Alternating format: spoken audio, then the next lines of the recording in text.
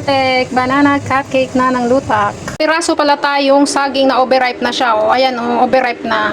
Tapos may binili tayong pancake. Kaya gawa natin ng paraan. So, tara na guys. Balatan pala natin yung ating saging na 4 na piraso. Siyempre, babalatan talaga. Ayan, overripe na siya. So, ganyan lang. O, kaysa masira siya, gawa natin ng paraan. Ayan, overripe na o. O, tanggalin na lang natin yung medyo, sira. Ito, tanggalin natin ito. Kasi, maglasa to dito sa ating nalutuing pancake. Cupcake pala, hindi pancake. Cupcake. Ayan. Tapos, smash natin siya.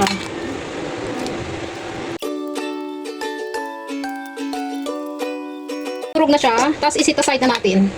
Ito yung bowl na ating paghaluan. Tapos, may binili tayong pancake. So, bubuksan na natin to.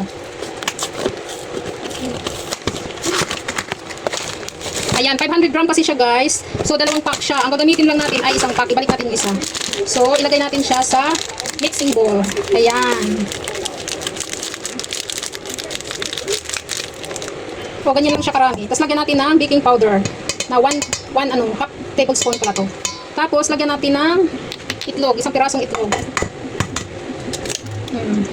Tapos, after niya, lagyan natin ng ang gamit nating mantika ay olive oil. Olive oil. Lalagyan natin ng 2 kutsara ng mantika.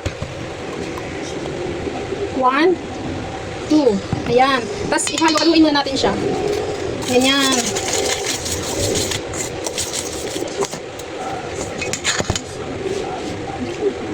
Tapos, lagyan natin ng tubig na 3/4 cups of water.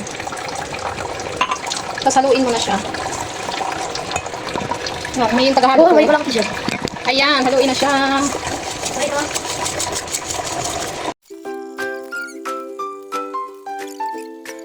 Kain ko na pala siya, guys, para magpantay daw. Yun ang sabi ha. Tapos, after kong salain, ibalik ko naman dito kasi mas malaki kasi to. Ganyan. O, diba? Nagkalat na. Ha. Nilagay ko sa pinag-anuhan ko ng saging. O. Tapos, ibalik ko ulit dito. Nagkalat na. Kaya ayoko dito sa baba magluto eh. Kasi ayoko makalat. Tapos, i-mix na ulit natin. Tapos, ilagay na natin sa ating mga moldy. Ayan na. May moldy. Ayan, yung cup na maliit. Tapos ilagay na natin sa ating steamer. Mag-steam na tayo. Para makakain na tayo. Ayun na siya guys. Umalsa na. Oh, ayun na. Mukhang masarap na siya. Wow! Oh, ilang minuto pa lang yan. Mga 2 minutes pa lang. So, mamaya-maya makakain na tayo. Munti ko pala makalimutan guys. Lalagyan ko siya ng cheese sa ibabaw. Para masarap. Yun.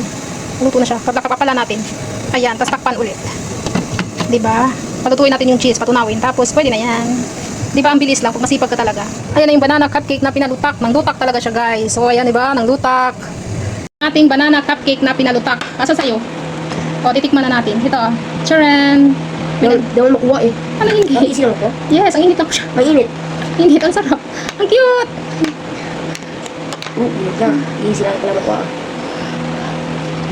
Sarap. Kain tayo. Sarap. Masarap. Try ko lang. Wait. Ah! Mamaya na ako.